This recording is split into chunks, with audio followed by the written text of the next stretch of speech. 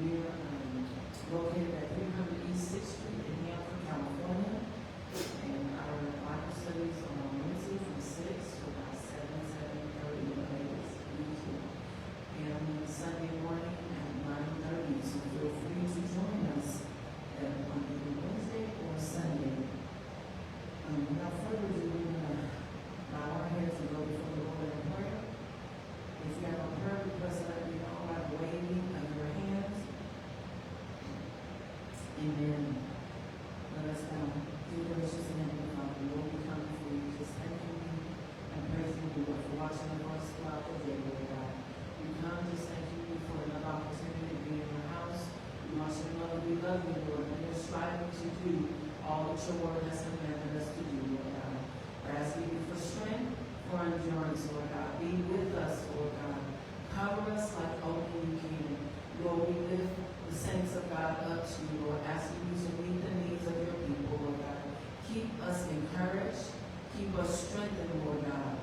Father, you saw the hands that were waved before you, Lord. We come just asking you to meet the needs of your people, Lord. That you are unsaved loved ones up to you, asking you, Lord God, to draw them into you, Lord God. And just remind them, Lord, that they would accept your offer of salvation, Lord God. And then, Lord, we lift our pastor up to you, asking you to keep him encouraged, to watch over him, Lord, to speak through him as he delivers your word. Strengthen him, Lord God, like only you can. Be with us all. In Jesus' name we pray. Amen. Amen. We're going to read in your hearing John 3, verses 16 and 17. I'll learn verse 16 as a little bit here in church. In Sunday school it says, "For God so loved the world that he gave his only begotten Son, that whosoever believeth in him should not perish, but have everlasting life." Verse 17 says, "For God sent not his Son into the world to condemn the world, but that the world through him might be saved." Amen. And the Lord add a blessing to the readers and readers of this book. Amen. We're going to sing Royal Telephone. Central's never busy, always on the line. You may hear from heaven almost any time. 'Tis a royal service, free for one and all. We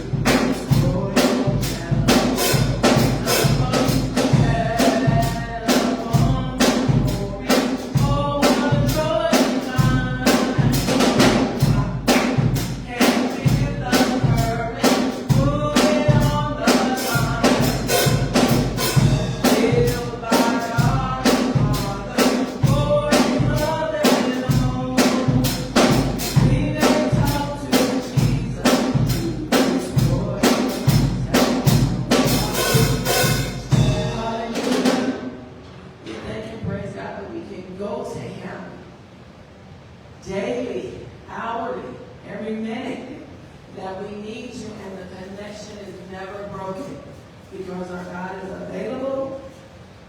He's available to us. And we're going to go to 23. It's Count Your Blessing, and we're just going to sing 2 verses of this because as we go to Him, we also have to remember to thank Him for all that He is doing. Amen. When upon life billows you are 10 and far, when you are discouraged, thinking all this hard, count your many blessings, name it one by one, and it will surprise you what the Lord has done. Count your blessings, name it one by one. Count your blessings, see what God has done. Count your blessings, name it one by one. Count your many blessings, see what God has done. Are you ever burdened with the load of care? Does the cross seem heavy you are called to bear? Count your many blessings, every God is wise, and you will be singing as the day goes by. Count your blessings, name it one by one. Count your blessings, see what God has done. Count your blessings, name it one by one. Count your many blessings, see what God has done. Count your blessings, name it one by one. Count your blessings, see what God has done. Count your blessings, name it one by one. Count your many blessings, see what God has done. Hallelujah, hallelujah, hallelujah. We thank and praise God for His blessings. Hallelujah. Continue to pray for us as we will be praying for all of you. And without further ado, we present our pastor, Pastor Beasley. Amen. Hallelujah.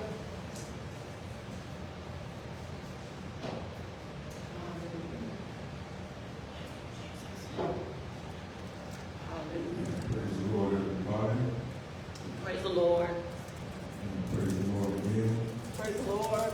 Amen. Thank you, God, for another day. Amen. His mercy and His kindness Yes. toward us. And for the multitude of His goodness. Amen. Thanking Him most of all for being the Lord of our lives. Yes. Being such an awesome God, the only true living God, all power and dominion belongs to Him. We thank God for giving some life and a marvelous day. Amen.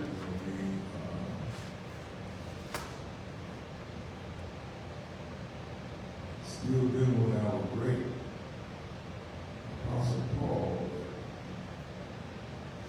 He made it on down to 2 Timothy now. He made it out of 1st and 2nd Thessalonians. Now we are in 2 Timothy, Amen.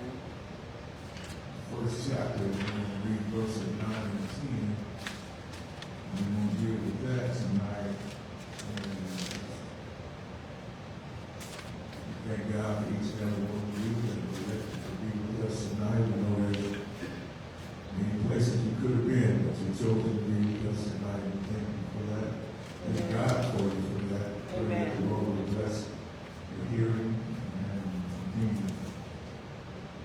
life, and according to your faith in the word of God and obedience to the word of God.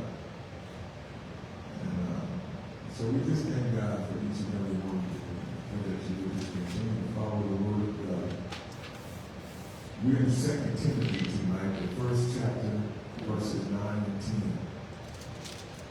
I'm reading the King James, and we follow whatever translation you use. So if mine reads or sound different, it will be why, because it is a King James translation. 2 Timothy, first chapter, verse 9 and 10, beginning in verse 9. Who has saved us and called us with the holy calling, not according to our works, but according to his own purpose and grace, which was given us in Christ Jesus before the world began. Verse 10. But is now made manifest by the appearing of our Savior, Jesus Christ, who has abolished death and has brought life and immortality to light through the gospel. And the Lord have a blessing to the readers, hearers, and the doers of his word. In Jesus' name, amen. Amen. Our thought tonight, our motivation tonight comes from the 9th verse. The portion of the scripture that says, according to his own purpose and grace. According to his own purpose and grace. Amen. Now that word purpose there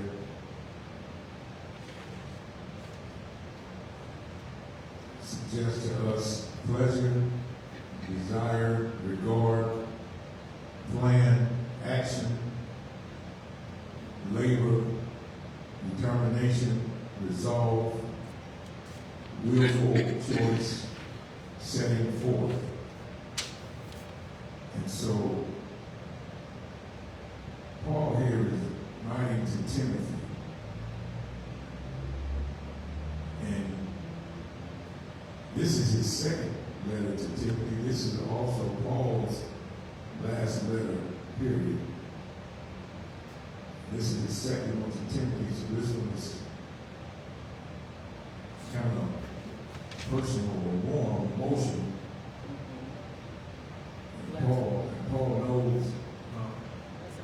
Paul knows that his days is numbered. And he knows that he's about to be poured out, and he knows that he's about to go.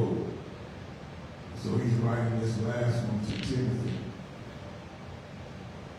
And Timothy, who he left at the church in Ephesus,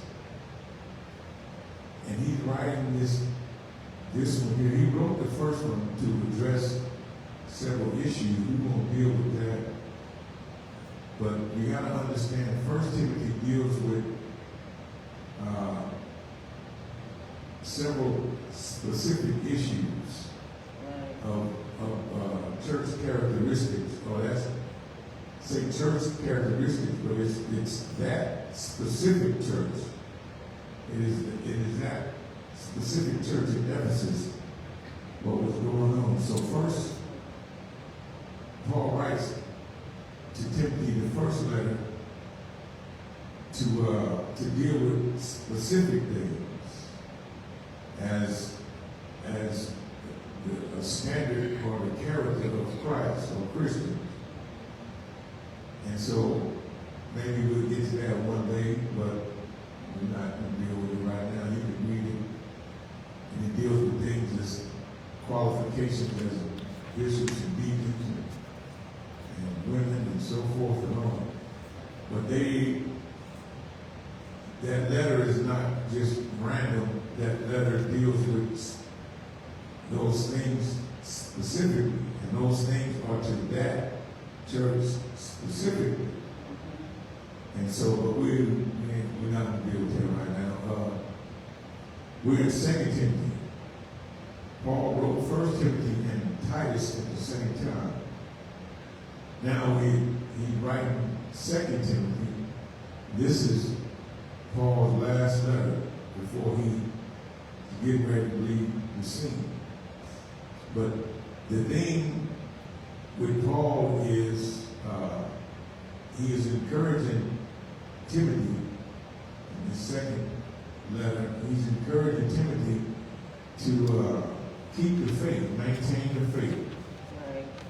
to stay in the faith. He even encourages Timothy, and he tells Timothy that, I'm persuaded, I'm convinced that the genuine faith is in you because it was in your grandmother first, and it was in your mother. He said, I'm persuaded or I'm convinced that it's also in you. And so he wants Timothy to keep the faith. Timothy's mission in the Ephesian church was to combat the false teachers. That's why one of the reasons First Timothy deals with those specific characteristics of those specific issues, because he left Timothy there in Ephesus to deal, amen, with the false doctrines and the false teachings. So this is what he's dealing with. This is still what he's dealing with as he has been the second one, as he's about to leave the scene on the second one.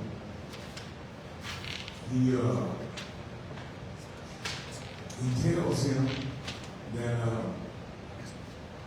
like I said, he's encouraging him, it's time to keep the faith. Now, he's encouraging Timothy to keep the faith because of the false doctrines.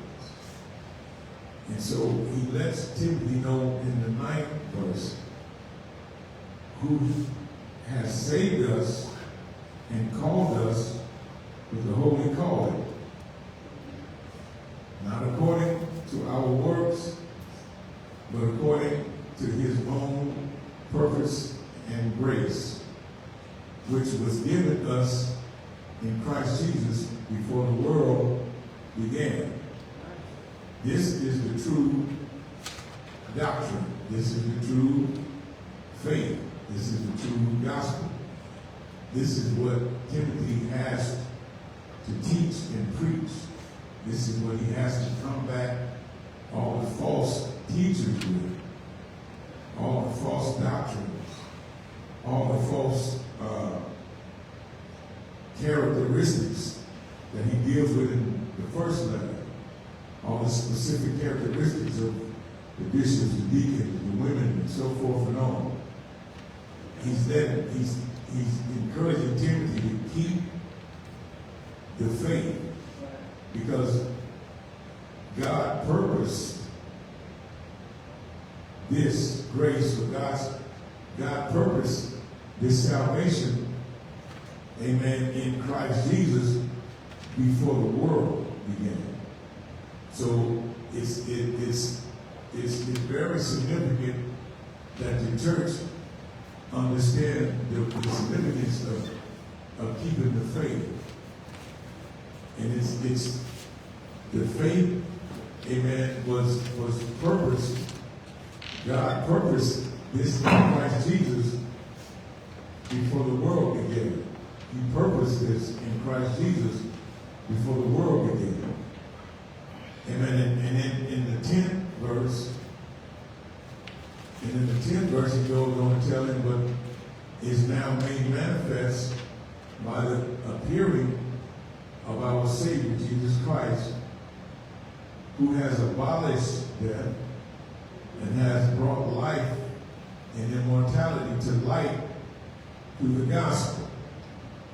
So we understand how important it is to believe the gospel, how important it is to teach and preach the gospel, because it's through the gospel that eternal life comes. It's through the gospel amen, that is through the death, the burial of Jesus Christ, how death was abolished, how he conquered it, because the third day he rose. Amen. So he conquered it. Amen. So we've got to understand the significance of believing the gospel. It is life and immortality brought to light. You got to hear what the Spirit is saying. Faith in the gospel, not only was it ordained or predestined by God through Christ from the beginning, but it was manifested right at the appointed time when Jesus came. And his purpose was to abolish death and to bring life and eternal life to light through the gospel. Right. So what Paul is telling Timothy is that you got to preach and teach the gospel to the church. Therefore, they can believe the gospel. Amen. Because God had purposed this.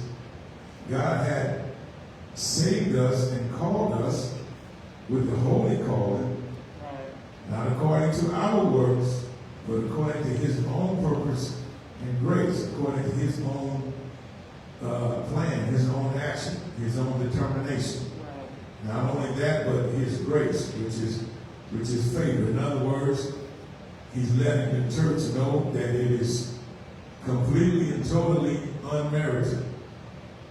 It cannot be merited. Right. You cannot earn it. I can't earn it.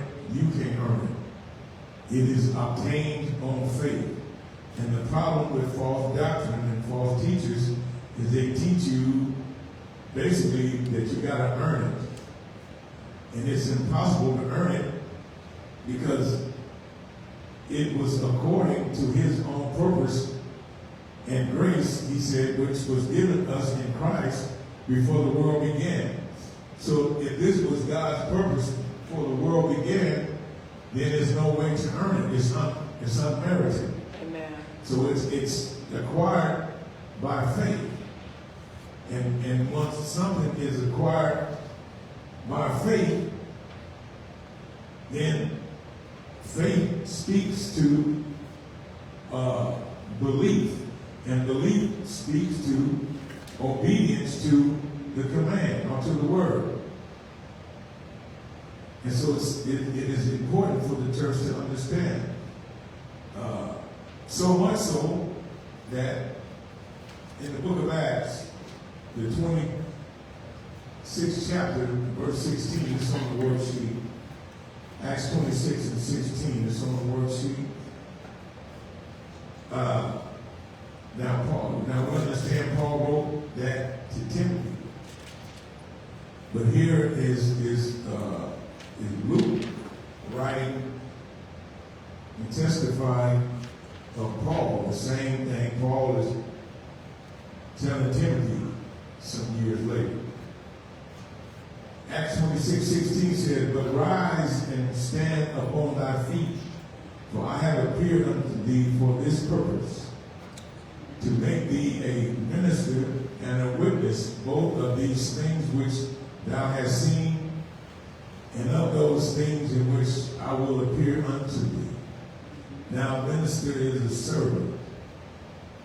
And so Luke, the writer of Acts, is testifying, he's writing here of Paul's conversion on the Damascus road. And how, when Paul was on the road to Damascus, he encountered Jesus. Paul and I think 3 other companions. They encountered Jesus on the road to Damascus. Amen. And in that conversion, they were knocked to the ground off the beast. We know the story. They saw a bright light.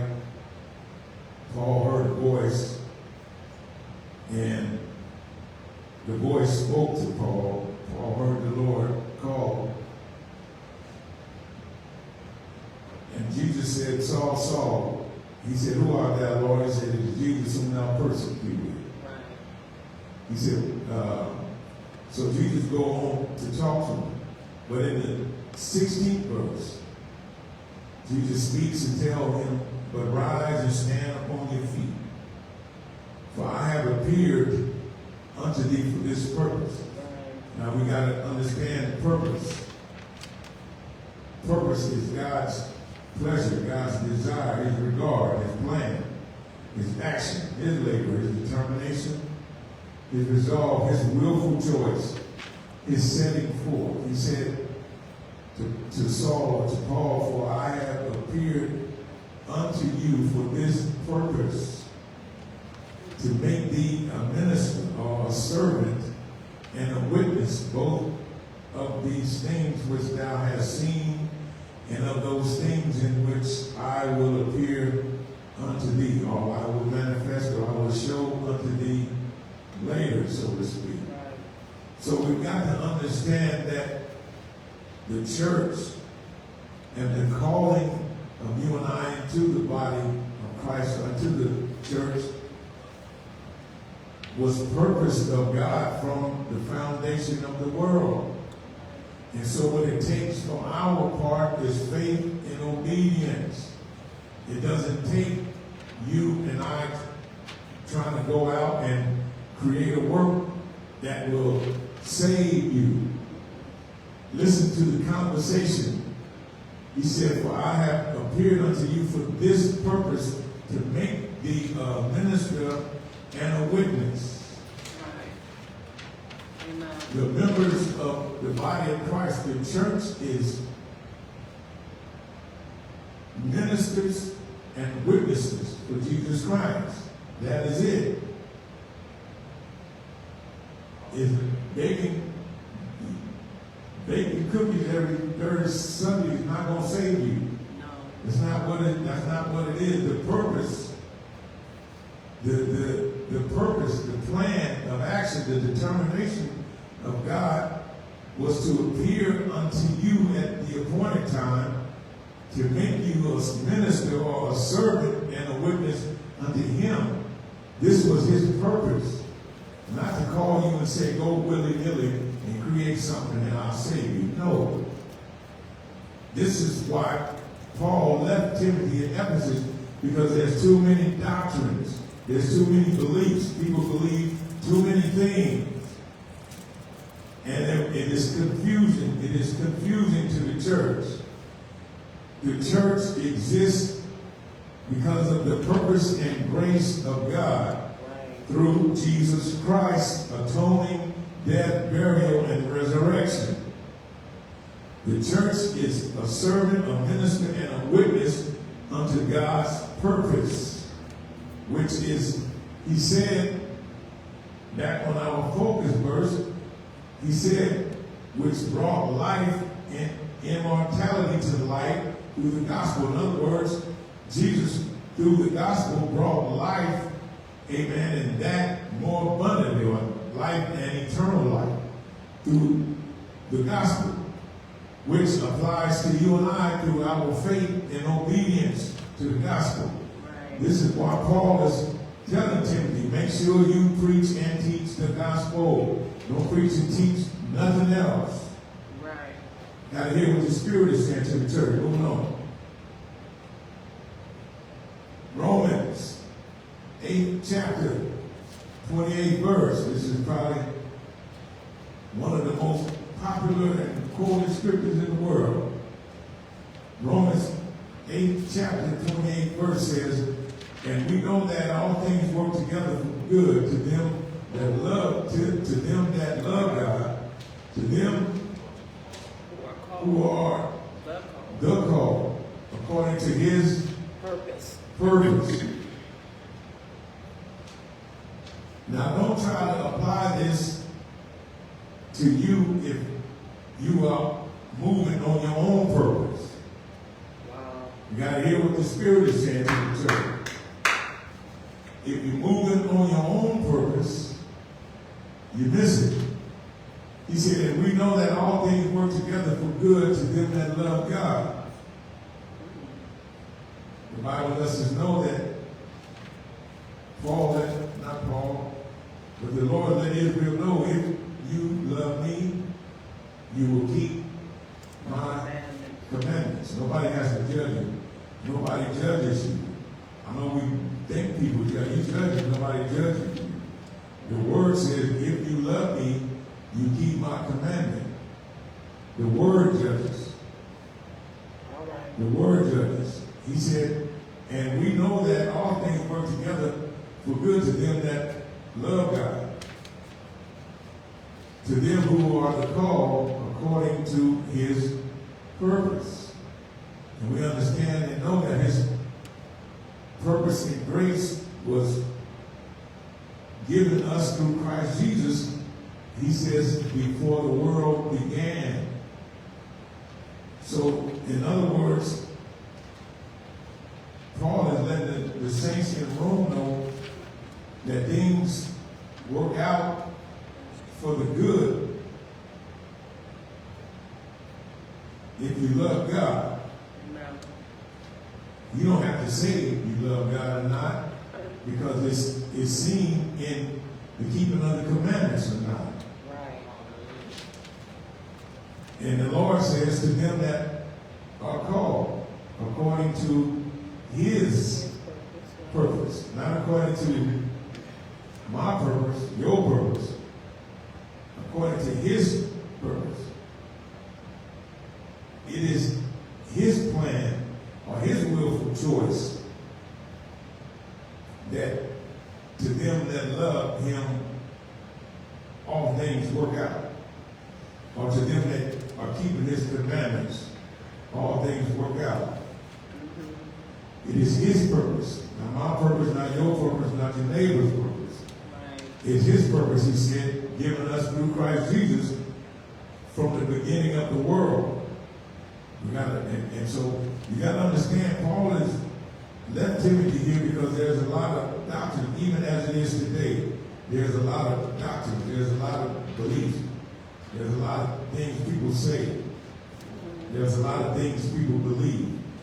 But a servant, a witness, has to preach and teach the gospel only. Nothing else. Right. All right, moving on. Romans 9 and 11. Romans 9 and 11 says, for the children being not yet born, neither having done any good or evil, that the purpose of God according to election might stand, not of works, there it is again, but of him that calleth. It is God that calls us, and he calls us according to his own purpose and his own election, his own choosing. It was his choice given us through Christ Jesus from the world began, before the world began. So much so, Paul is telling the saints in Rome that, look, for the children being not yet born, neither having done any good or evil. So this is to let you and I understand that it is God's purpose. It has always been God's purpose. It is never going to be our merit. He said before the children was even born, he's talking about Esau and Jacob. Right. Esau and Jacob. Before they were even born. Before they even done good or evil.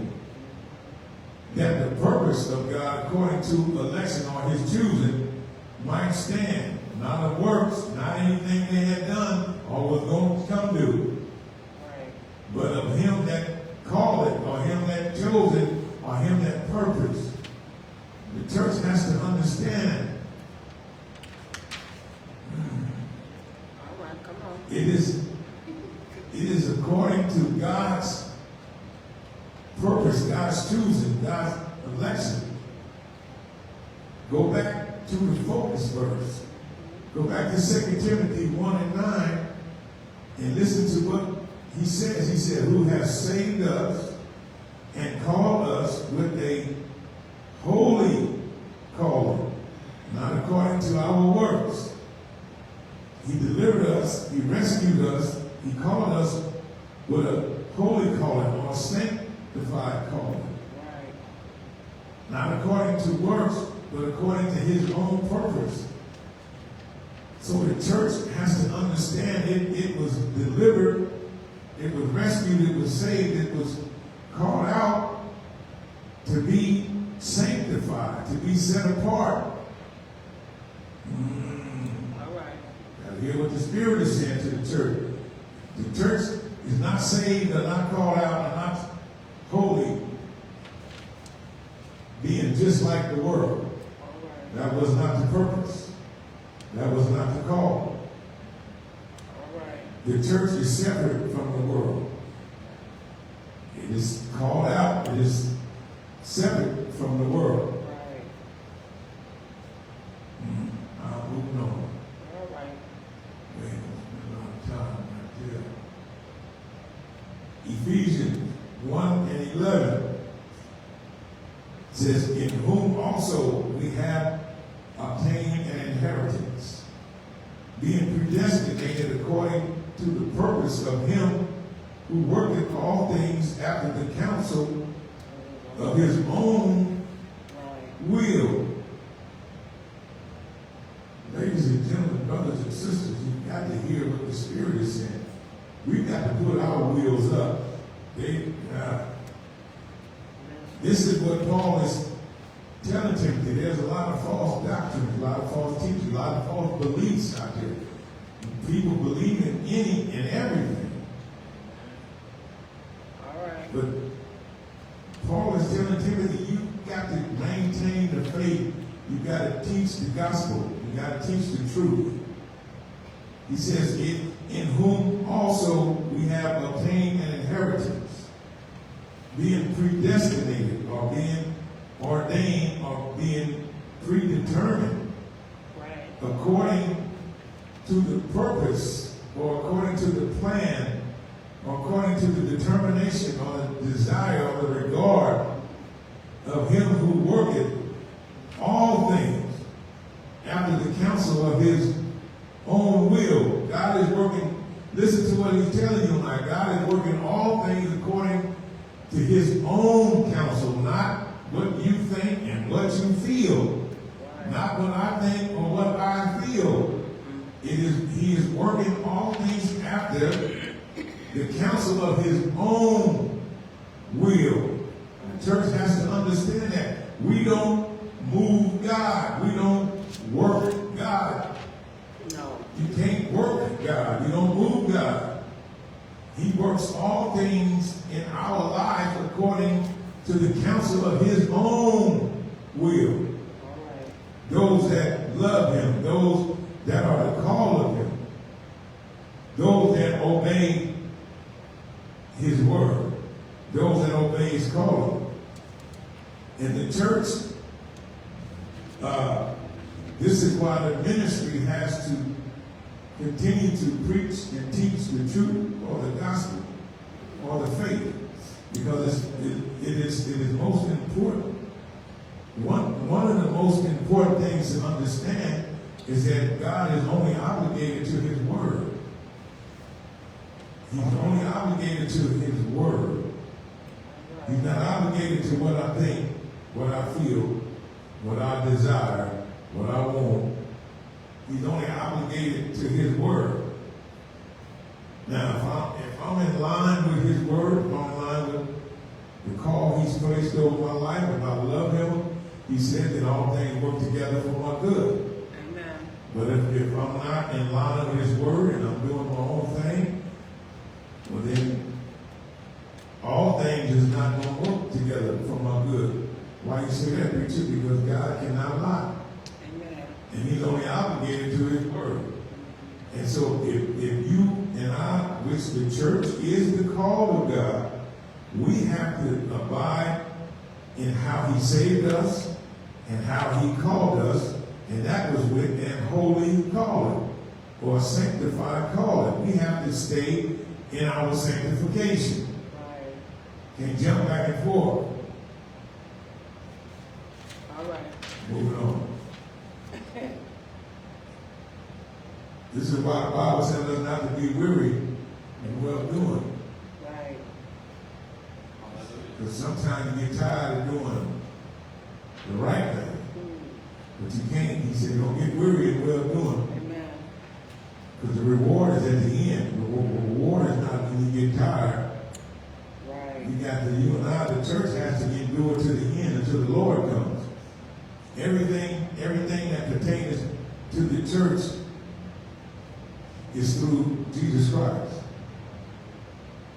Ephesians, the 3rd chapter, verse 11, says, according to his eternal purpose, which he purposed in Christ Jesus, our Lord. That says it all. According to his eternal purpose. The church has to understand, like up in the focus verse, it said, which was given us in Christ Jesus before the world began. Sometimes as a church, we think God just said this stuff 2 weeks ago. This was before the world began. Right. So it is pointless to try to outslick God. You're not going to outslick God. Because he has purpose. He has purposed this in himself. And he moves according to the counsel of his own will. He moves according to what he has purposed. And he don't deviate from what he has purposed. Even Jesus, when it got hard for Jesus and he wanted the cup to pass, he went in the Garden of Gethsemane. He prayed 3 times to the Father that the cup pass. Amen. And on the 3rd time, he said, nevertheless, not my will, but thine be done. God did not budge. He did not budge. Jesus finally figured it out. So, nevertheless, not my will, but thine be done. God did not budge. So Jesus had to go ahead on and go through. Right. Scripture tells you he works all things out according to the purpose of his own counsel. His own counsel. Why? Because he said in Ephesians 3:11, he says, according to the eternal purpose. Eternal purpose. Do we understand what eternal means? Eternal means before, eternal means before the beginning of day, no end of time. You got to hear what the Spirit is saying to the church. So as the church, we've got to get on board and stop trying to get God off board. Right. Because he speaks from eternity. He speaks from eternity has no begin and no end. He speaks from eternity. Right. He don't speak from emotions or feelings. He speaks according to purpose. And if he don't have a purpose, he don't speak. Or if he does speak, he is for a purpose. Right. You got to hear what the Spirit is saying. So however you slice it, it is boiled down. It boils down to our faith, our belief and obedience in his word. Because his word he doesn't lie, his word doesn't change. It's immutable. It doesn't change. Last one. 1 John 3:8. He that committed sin is of the devil. For the devil sinned from the beginning. For this purpose, the Son of God was manifested, that he might destroy the works of the devil. This is what the Son of God was manifested for. He wasn't manifested to make us billionaires, and give us houses and jets and cars. Go back to the focus verse and understand 2 Timothy 1:9. He was manifested to save us. Right. Manifested and he called us the holy calling. Not according to our works, but according to his own purpose and grace, Grace is unmerited favor.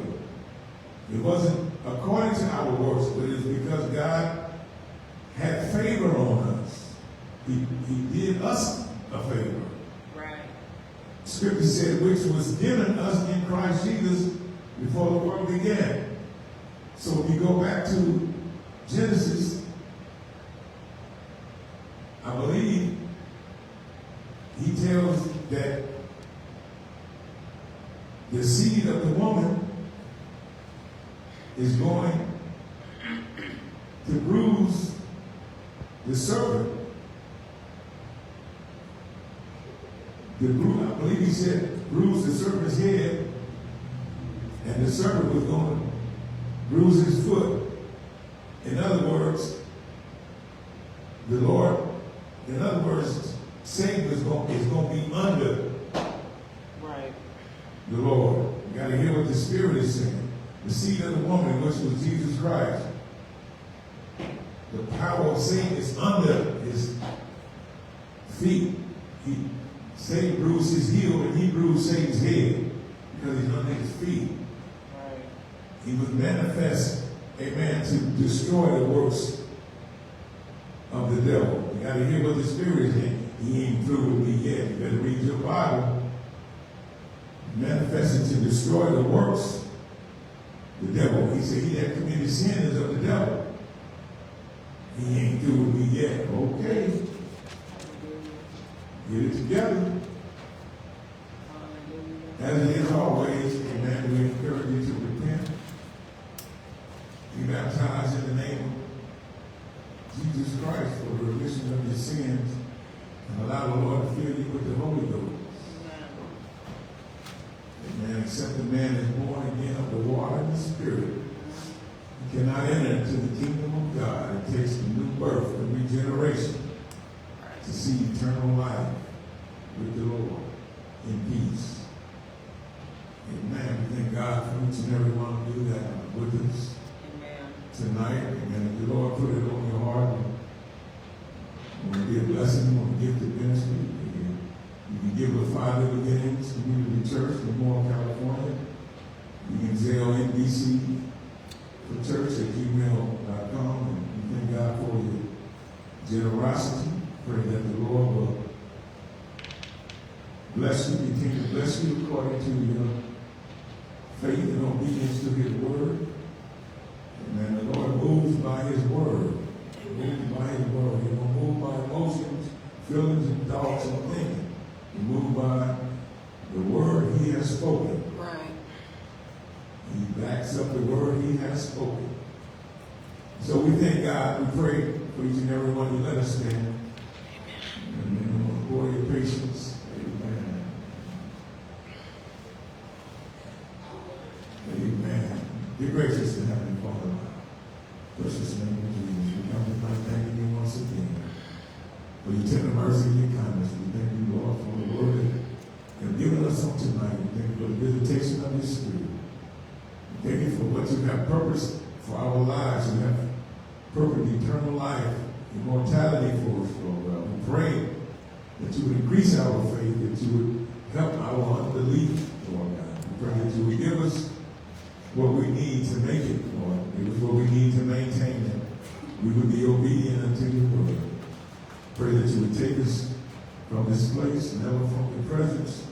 Assemble us together again at the appointed time. And we'll praise you and glorify you in Jesus' name. In Jesus' name. Amen. Amen.